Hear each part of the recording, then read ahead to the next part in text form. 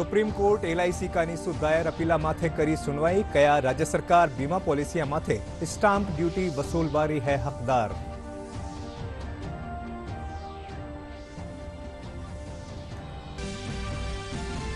लोकसभा चुनाव रे मद्देनजर एनफोर्समेंट एजेंसियां 1000 करोड़ रुपया सु बत्तीरी अवैध सामग्री करी जब्त।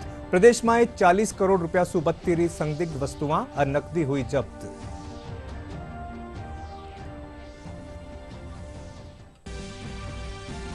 प्रदेश में राष्ट्रीय रेबीज नियंत्रण कार्यक्रम रे तेज जॉइंट स्टीयरिंग कमिटी रो कर्यो गयो गठन। राज्य ने वर्ष 2030 ताई रेबीज मुक्त करवानी दिशा में उठाया जावेला ठोस कदम।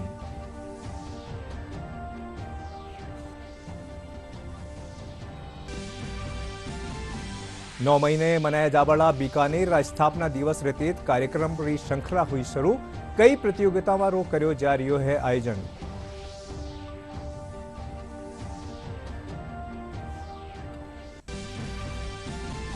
प्रदेश में एक कमजोर पश्चिमी विक्षोभ रा असर सु अगला 24 घंटा रे दौरान कुछ भागा में आंशिक बादल छाया रहेबारी आस। जोधपुर और बीकानेर संभाग में कटे कटे मेघ गर्जने साथे हो सके है बूंदाबांदी।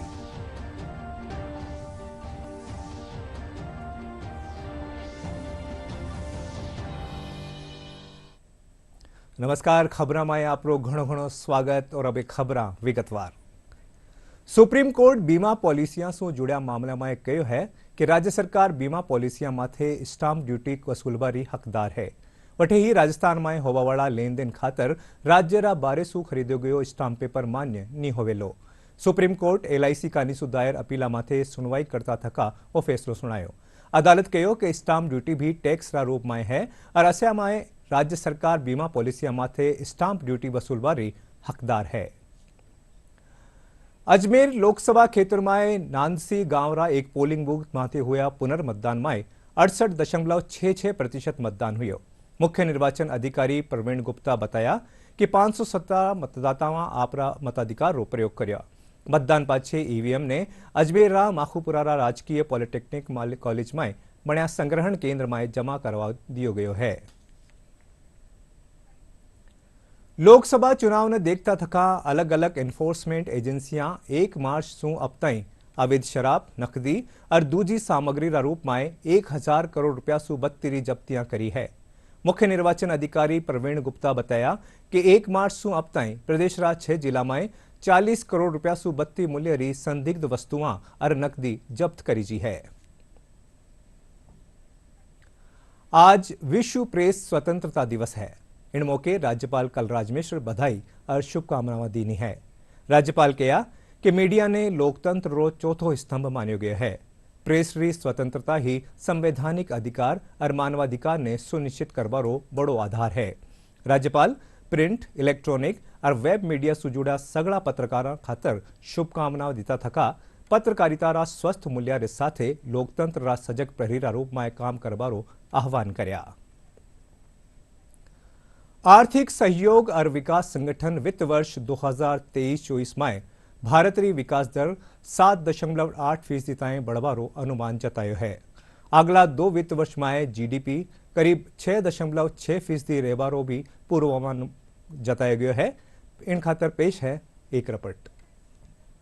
लगातार शानदार प्रदर्शन के चलते वित्त वर्ष 2023-24 में भारत की विकास दर 7.8% की बढ़ने का अनुमान है। ये अनुमान OECD यानी आर्थिक सहयोग और विकास संगठन ने लगाया। ताजा आर्थिक आउटलुक के मुताबिक अगले 2 सालों के दौरान जो भारत की विकास दर है वो 6.6% रहने का अनुमान है। हालांकि वैश्विक एजेंसी ने अपनी रिपोर्ट में कहा कि वैश्विक व्यवधान आर्थिक प्रगति पर थोड़ा असर डाल सकता है। OECD का कहना है कि सार्वजनिक क्षेत्र से आने वाली मांग का फायदा होगा, लेकिन निजी खपत में वृद्धि थोड़ी सी कम रहेगी। OECD ने जोर देकर कहा निर्यात बढ़ेगा, खास तौर पर IT और कंसल्टेंसी जैसी सेवाओं में तेजी रहेगी। भारत की वैश्विक बाजार में लगातार पहचान जो है वो बनती जा रही है और हिस्सेदारी में भी बढ़ोतरी जारी रहेगी और इससे विदेशी निवेश में समर्थन मिलेगा। रिपोर्ट में कहा गया कि सकल मुद्रास्फीति में गिरावट आएगी। बहुत बड़ी खबर, लेकिन खाद्य मुद्रास्फीति के बारे में अब भी अनिश्चितता बनी हुई है। भारत में मार्च में खुदरा महंगाई दर 5% से नीचे आई, जो RBI के 2 से 6% के दायरे में ही है, लेकिन अभी भी आइडियल 4% का है, जिससे ऊपर ये बनी हुई है। विकसित अर्थव्यवस्थाओं सहित कई देशों के लिए महंगाई एक चिंता का विषय है, लेकिन भारत काफी हद तक अपनी महंगाई दर को नियंत्रित करने में कामयाब रहा है, ये ओईसीडी का कहना है। प्रदेश में संचालित राष्ट्रीय रेबीज नियंत्रण कार्यक्रम तहत बरस 2030 ताई रेबीज मुक्त दिशा में ठोस कार्रवाई करवाना उद्देश्य से ज्वाइंट स्टीयरिंग कमेटी रो गठन कर्यो गयो है। अतिरिक्त मुख्य सचिव चिकित्सा और स्वास्थ्य शुभ्रा सिंह बताया कि रेबीज मुक्ति खातर विभिन्न हितधारकों समन्वित प्रयासों से सहयोगात्मक और प्रभावी कार्रवाई सुनिश्चित करो जानो चाहिए। रेबीज जानवरारी बीमारी है और विषाणु इन्फेक्टेड जानवरारी लार में हुए है। किन्हीं जानवर ने रेबीज की बीमारी है और वो जानवर किन्हीं व्यक्ति ने काट लियो है तो इनका लक्षण कुछ दिनों के अंदर दिखाई देवा लागे है। रेबीज की बीमारी के लक्षण में तेज दर्द होना, थकावट महसूस होना, सिर में दर्द होना, कमजोरी होना, लकवा में दिनों। रेबीज कुत्ता, बिल्लियां, बंदरा ने काटवा से फैले हैं। सबसे ज्यादा जरूरी है कि पालतू जानवर ने टेम वैक्सीनेशन करवाता रहे। जन आधार से जुड़िया मामला शीघ्र निस्तारण खातर जिला और ब्लॉक स्तर माथे हेल्प डेस्क री शुरुआत करी जी। जन आधार प्राधिकरण रा संयुक्त निदेशक सीताराम स्वरूप जयपुर में बताया कि जन आधार पोर्टल रे जरिए राज्य और केंद्र सरकार री 160 योजनाओं ने क्रियान्वित करो जा रही है। उन्होंने बताया कि इन योजनाओं से जुड़ा मामला की सुनवाई अब जिला और ब्लॉक स्तर माथे वेली।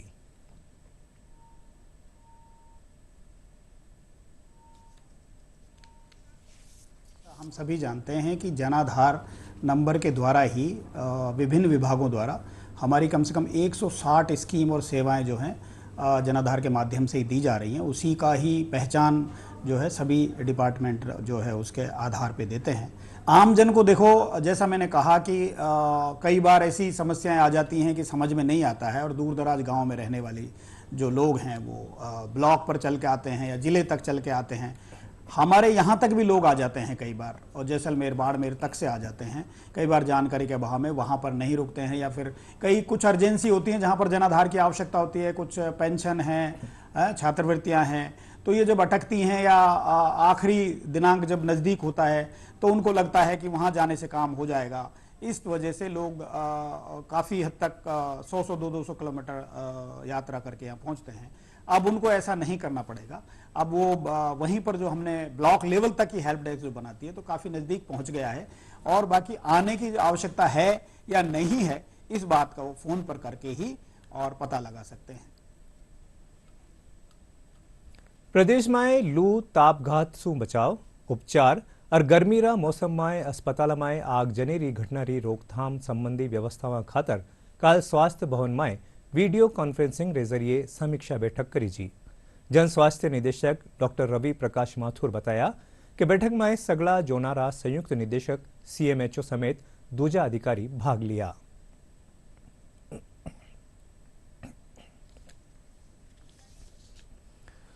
ग्रामीण क्षेत्रीय महिलाओं ने सशक्त बनावारा उद्देश्य से जोधपुर में नाबार्ड कानिसु 8 दिवसीय प्रशिक्षण शिविर रखो गयो, जिनमें फैशन डिजाइनर रूमा देवी मुख्य अतिथि रूप में मौजूद रही। नाबार्ड रा जिला विकास प्रबंधक मनीष वंदा बताया कि शिविर में महिला समूह कानिसु बनाया गया उत्पादन ने सोशल मीडिया माथे प्लेटफॉर्म उपलब्ध करावारो प्रशिक्षण दियो गयो। वठे रूमा देवी महिलाओं से संगठित होर काम करवारो आह्वान कर्या।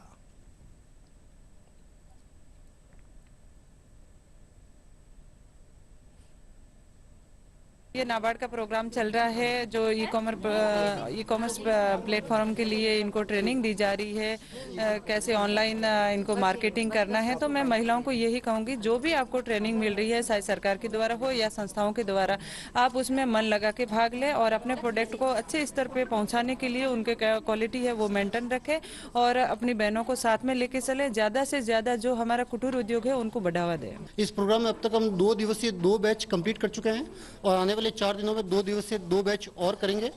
इसमें हम बाजरा, बिस्किट, कुकीज, जोधपुरी बंदेज, सिंधी एम्ब्रॉयडरी और ग्लास बीड आर्टिफिशियल ज्वेलरी के काम करने वाली महिलाओं और उनके स्वयं सहायता समूहों के उत्पादों को कैसे इन प्लेटफॉर्म से ले जाकर उनका मार्केट बढ़ाना, उनकी आय बढ़ानी है। इस हेतु हम इन महिलाओं को प्रशिक्षण दे रहे हैं। हम पहले जो बाजरे के बिस्किट, बाजरे की नमकीन, बाजरे के कुरकुरे, मठरी वगैरह बनाते थे। तो घर में ही बनाते थे और मेलों में जाकर बेचने का काम हम करते थे। अब ई कॉमर्स की जानकारी हमें मिलने के बाद हमें ये सूटेबल होगा कि हम घर बैठे ही ऑनलाइन सारा चीज़ बेच सकेंगे। नाबार्ड के थ्रू हमें 2 दिन की ट्रेनिंग दी गई है। 2 दिन ट्रेनिंग में हमें ये सिखाया गया है कि ऑनलाइन ऑर्डर कैसे करते हैं, हमें ऑनलाइन सामान इतने दिन तो हम घर पे ही सामान बेचते थे, जो होता है था बेच देते थे पर अब हमें ये सिखाया गया है कि ऑनलाइन कैसे बेचते हैं, कैसे नहीं बेचते। मैं बाजरे के बिस्किट बनाती हूँ, बाजरे के कुरकुरे, बाजरे के लड्डू। इतने दिन तो हम मेलों में जाके बेचते थे और अभी हमने यहाँ 2 दिन की ट्रेनिंग थी नाबार्ड के थ्रू, तो हमने ट्रेनिंग में ये सीखा है ऑनलाइन कैसे माल को बेचना है। जयपुर अतुल चतुर्वेदी और मनोज शर्मा 30 दिन री साइकिल यात्रा कर आज जयपुर वापस लौटिया है। अणारो कहना है कि अपनी यात्रा के दौरान मना देश रा कई हिस्सा री संस्कृति ने जान्यो। अतुल चतुर्वेदी बताया कि इन यात्रा में मना विभिन्न क्षेत्र रा खान पान और वेशभूषा ने जानवारो मौको मिलियो।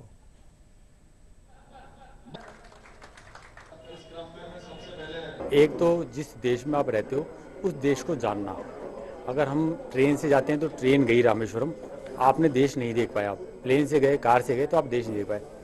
तो ऐसा साधन चुने जिसमें रोजाना आप लोगों से मिलते हुए जाए। तो इसलिए देश को देखा, देश का परिधान देखा, देश की संस्कृति देखी, लोगों से मिले, लोगों का व्यवहार देखा, बोली भाषा देखी, सबसे संपर्क में आया। देखने के बाद बहुत अच्छा लगा कि जब आपकी वेशभूषा अलग हो, बोलचाल अलग हो, तब भी एक चीज़ पूरे देश में ऐसी है जो पूरे देश को जोड़ती है। वो बात है इस देश की आत्मा राम। पूरे देश में राम का जो नाम है उसको हम सब जगह हमने उसको पाया और सब लोग इससे जुड़े हुए हैं।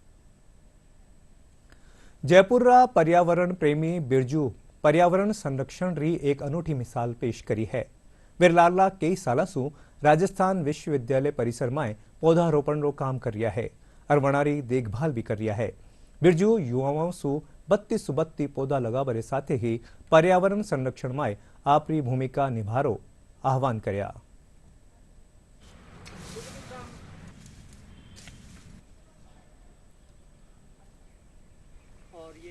बहुत लोग कहते थे ताऊ तुम ये पेड़ लगा रहे हैं, ये घने लगा के चले गए या तो होएंगे नहीं। मैंने कहा कि यहाँ तुमको छाया में चला दूंगा और एक दिन नैनीताल का नक्शा दिखा दूंगा।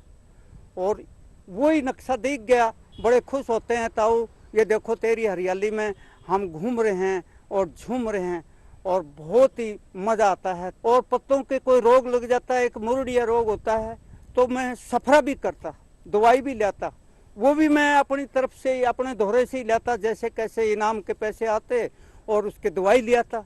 बस पेड़ लगाने का मेरे को बहुत ही शौक है।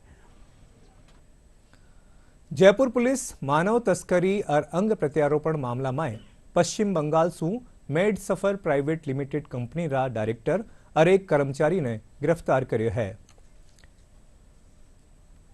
पुलिस बताया कि जयपुर रा फोर्टिस अस्पताल इन कंपनी रे साथे अंग प्रत्यारोपण खातर डोनर और रिसिपिएंट ल्याबारो एमओयू कर राख्यो हो। कंपनी रा निदेशक और उनमाए काम करवा वाला व्यक्ति लोगा रे साथे धोखाधड़ी कर वणारी तस्करी और मानव अंगारी खरीद फरोख्त कर रहा। एसीबी रा नोआ DG IPS doctor Ravi Prakash Mehrada Jaipur रा झालाना रा एसीबी मुख्यालय में आज पदभार ग्रहण कर्या। इन मौके एसीबी रा कई वरिष्ठ अधिकारी मौजूद रहा। पदभार ग्रहण पाछे मीडिया सु बातचीत करता था वे कहा कि एसीबी में लंबित मामला ने खत्म कर कामा ने और गति दी जावेली।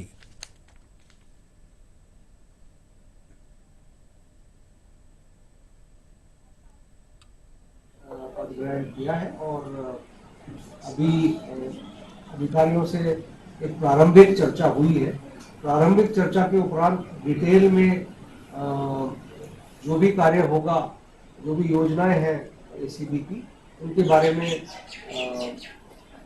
लेखा जोखा लिया जाएगा, उनके पेंडेंसी के बारे में और दूसरे जो भी विषय हैं एसीबी के कार्य क्षेत्र में, उनकी प्रगति के बारे में और किस तरह से काम को गति दी जाए, किस तरह से काम में और सुधार किया जाए। क्योंकि निश्चित रूप से जो भी कर्मचारी अधिकारी एसीबी में हैं, उन्होंने पूर्व में बहुत अच्छा काम किया है और उसको और हम लोग आगे बढ़ाने का प्रयास करेंगे।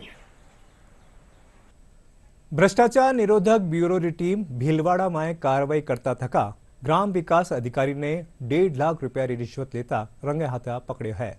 आरोपी पट्टो जारी करवा और उनरी रजिस्ट्री करवारी एवज में परिवादी सु 2,50,000 रुपया की रिश्वत मांगी ही। शिकायत रो सत्यापन पाछे आरोपी ग्राम विकास अधिकारी ने ट्रेप कर लियो गयो है।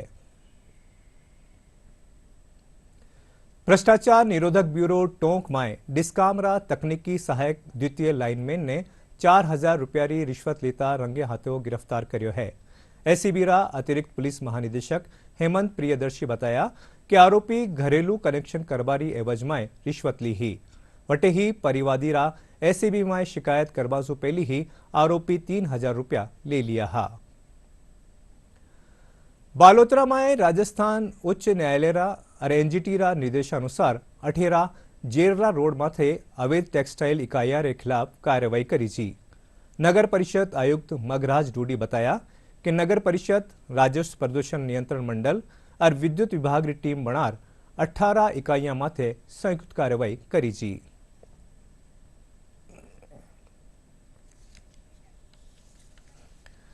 बीकानेर रो 537वो स्थापना दिवस आवाड़ी 9 महीने मनाए जावेलो, जिन खातर आज सु कार्यक्रम की श्रृंखला शुरू हुई।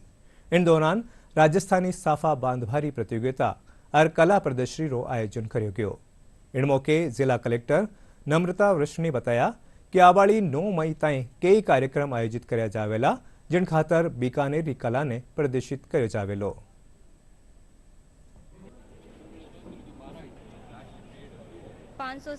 बीकानेर स्थापना दिवस का आज शुभारंभ है और बीकानेर जैसा आपको पता है एक सद्भाव की नगरी है। यहाँ पर जो आपसी सामंजस्य है वो पूरे देश में विख्यात है और उसी की कंटिन्यूएशन में उसी परंपरा को कायम रखते हुए इस बीकानेर स्थापना दिवस का आयोजन किया जा रहा है।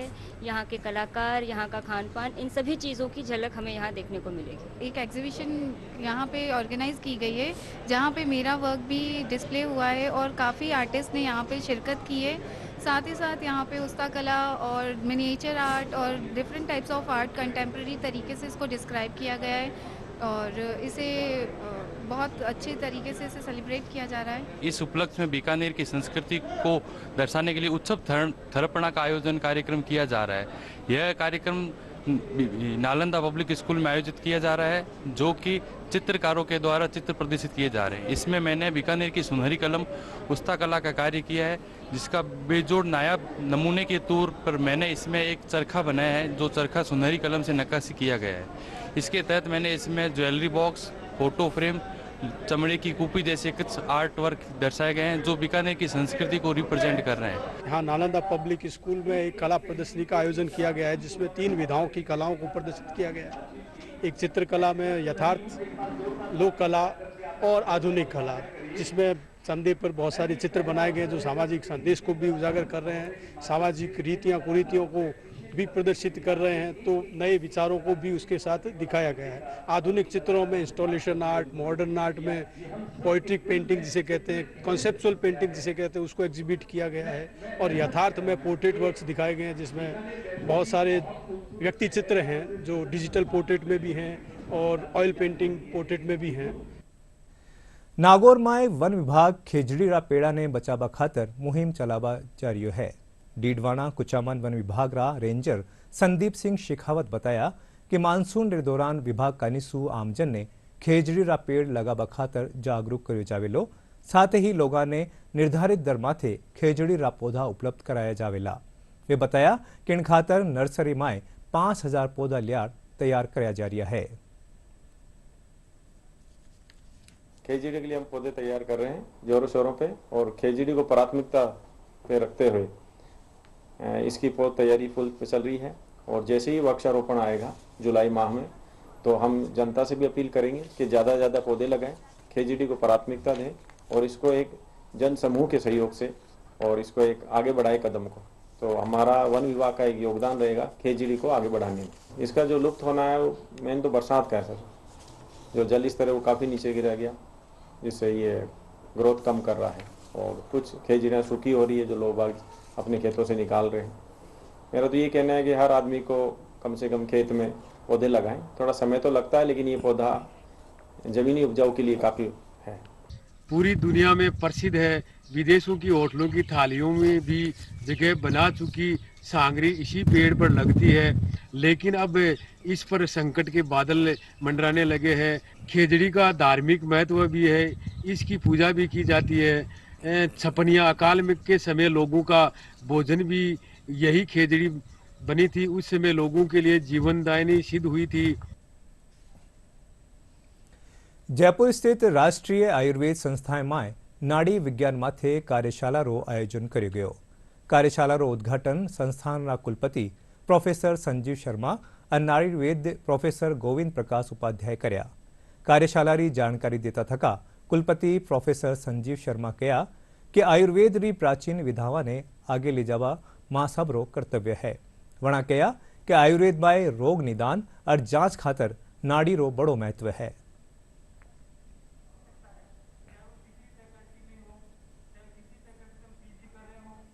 राष्ट्रीय आयुर्वेद संस्थान जयपुर में 2 दिवसीय नाड़ी विज्ञान कार्यशाला का आयोजन किया जा रहा है। इस कार्यशाला का उद्देश्य ये है कि हमारे जो यहाँ छात्र शिक्षा ग्रहण कर रहे हैं आयुर्वेद की और हमारे प्राध्यापक वो नाड़ी ज्ञान में अपनी पारंगतता हासिल करें और जो भी छात्र यहाँ से उत्तीर्ण होकर के निकले उसको नाड़ी की विषय का ज्ञान हो, क्योंकि नाड़ी आयुर्वेद में बहुत महत्वपूर्ण विधा है रोग के निदान की। और रोग का निदान जब सही होगा तभी रोग की चिकित्सा सही हो सकती है। इसलिए हमारा ये प्रयास है कि नाड़ी विज्ञान के ऊपर हम छात्रों को अधिक से अधिक ज्ञान दें। इसी उद्देश्य को ध्यान में रख करके ये 2 दिवसीय कार्यशाला का आयोजन यहाँ किया गया है। नाड़ी परीक्षा एक जो प्राचीन विद्या है, उस प्राचीन विद्या के आधुनिकतम AI बेस्ड संसाधनों के साथ कैसे मेल हो, नाड़ी परीक्षा करने में आसानी कैसे हो, नाड़ी परीक्षा किस स्तरों पर किस प्रकार से की जाती है, क्रमबद्ध तरीके से नाड़ी परीक्षा करने से एक नाड़ी परीक्षा का स्टैंडर्ड ऑपरेटिव प्रोटोकॉल तैयार हो और एक गोल्ड स्टैंडर्ड नाड़ी परीक्षा का हो, जिससे भारतवर्ष में कहीं भी नाड़ी परीक्षा अगर की जाती है तो उसका रिपोर्ट सर्वमान्य हो। प्राचीन निदान का साधन है और बड़े ऐतिहासिक रूप से वैद्य हुए हैं जो नाड़ी देखकर सभी निदान कर लिया करते थे। आयुर्वेदिक चिकित्सा करने के लिए नाड़ी परीक्षा अत्यंत जरूरी है और ये 2 दिन की कार्यशाला में हम लोग प्रयत्न करेंगे कि किस तरह नाड़ी देखी जानी चाहिए, किस तरह से नाड़ी का दोषों का पता लगता है, किस तरह से रोगों की अवस्था का ज्ञान होता है तथा हमें आयुर्वेदिक चिकित्सा करते समय किन किन बातों का ध्यान रखना चाहिए, यह सब भी हम नाड़ी की परीक्षा के माध्यम से जानने का प्रयत्न करते हैं। नाड़ी परीक्षा जैसा कि हम जानते हैं कि आयुर्वेद की एक पहचान है और सभी रोगी चाहते हैं कि नाड़ी परीक्षा से उनका व्याधि का निदान हो सके, जो कि बड़े बड़े मशीनों से बड़े इंस्ट्रूमेंट से जो व्याधियों को निदान होता है उसमें लाखों रुपए तक लोगों के इन्वेस्टिगेशन में खर्च हो जाते हैं। ऐसे समय में हमें नाड़ी परीक्षा को विकसित करने की आवश्यकता है। ऑलरेडी विकसित है लेकिन फिर भी हमें इसे हमारे विद्यार्थी गण तक पहुंचाने की आवश्यकता है, जिससे कि वो उसके आधार पर रोग का निदान करके और अपने क्षेत्र में महारत हासिल कर सके और रोगियों का जो इन्वेस्टिगेशन में बहुत पैसा खर्च होता है उस पैसे को बचाया जा सके उनका, और साथ में एक सटीक निदान किया जा सके। प्रदेश में संचालित राष्ट्रीय रेबीज नियंत्रण कार्यक्रम रतीत वर्ष 2030 ताई रेबीज मुक्त दिशा में ठोस कार्रवाई करवाना उद्देश्य से जॉइंट स्टीयरिंग कमेटी रो गठन कर्यो गयो है। अतिरिक्त मुख्य सचिव चिकित्सा और स्वास्थ्य शुभ्रा सिंह बताया कि रेबीज मुक्ति खातिर विभिन्न हितकारकारा समन्वित प्रयासा से सहयोगात्मक और प्रभावी कार्रवाई सुनिश्चित कर्यो जानो है। रेबीज जानवरारी बीमारी है, वो विषाणु इन्फेक्टेड जानवरारी लार माय हुए है। किन्हीं जानवर ने रेबीज री बीमारी है और वो जानवर किन्हीं व्यक्ति ने काट लियो है तो इनरा लक्षण कुछ दिनों के अंदर दिखाई देवा लागे है। रेबीज री बीमारी रा लक्षण में तेज दर्द होनो, थकावट महसूस होनो, सिर में दर्द होनो, कमजोरी होनो, लकवा मार दिनो। रेबीज कुत्ता, बिल्लियां, बंदरा रे काटबा सू फैले है। सबसे ज्यादा जरूरी है कि पालतू जानवर ने टेमाटेम वैक्सीनेशन करवाई जाए। और अब मौसम की जानकारी। प्रदेश में एक कमजोर विक्षोभ असर से आगला 24 घंटा रे दौरान कुछ भागा में आंशिक बादल छाया रेबा और जोधपुर बीकानेर संभाग में कटे कटे मेघ गर्जन के साथ बूंदाबांदी होबारी आस है। मौसम विज्ञान केंद्र जयपुर का निदेशक राधेश्याम शर्मा बताया कि आगला 3 दिन में कई शहरों तापमान में बढ़ोतरी होबारी संभावना है।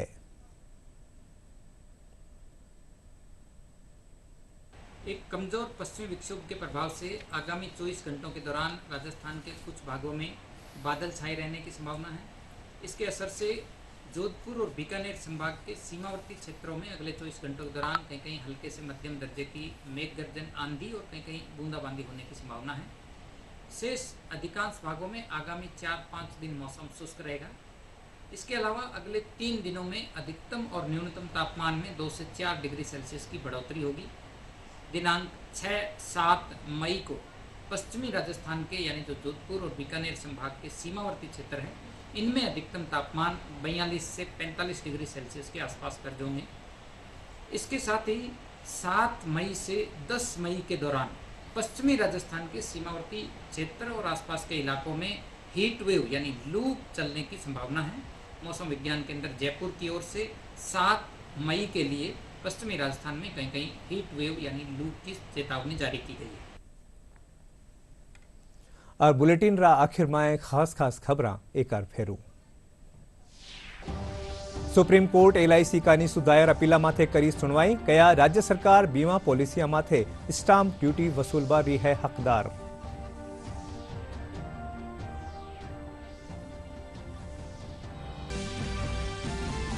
लोकसभा चुनाव रे मद्देनजर एनफोर्समेंट एजेंसियां 1000 करोड़ रुपया सु बत्तीरी अवैध सामग्री करी जब्त। प्रदेश में 40 करोड़ रुपया सु बत्तीरी संदिग्ध वस्तुआं और नकदी हुई जब्त।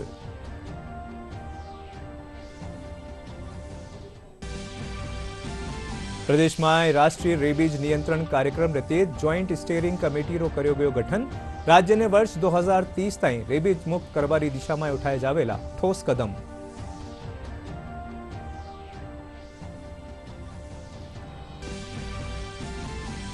नौ महीने मनाया जावाला बीकानेर रा स्थापना दिवस रे तहत कार्यक्रम री श्रृंखला हुई शुरू। कई प्रतियोगिताओं रो कर्यो जारियो है आयोजन।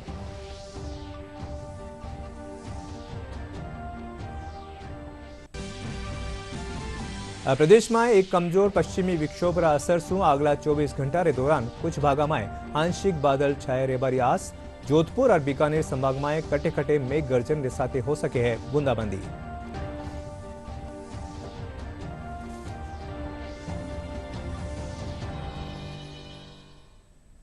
और इनके साथ ही राजस्थानी समाचार पूरा हुआ। नमस्कार।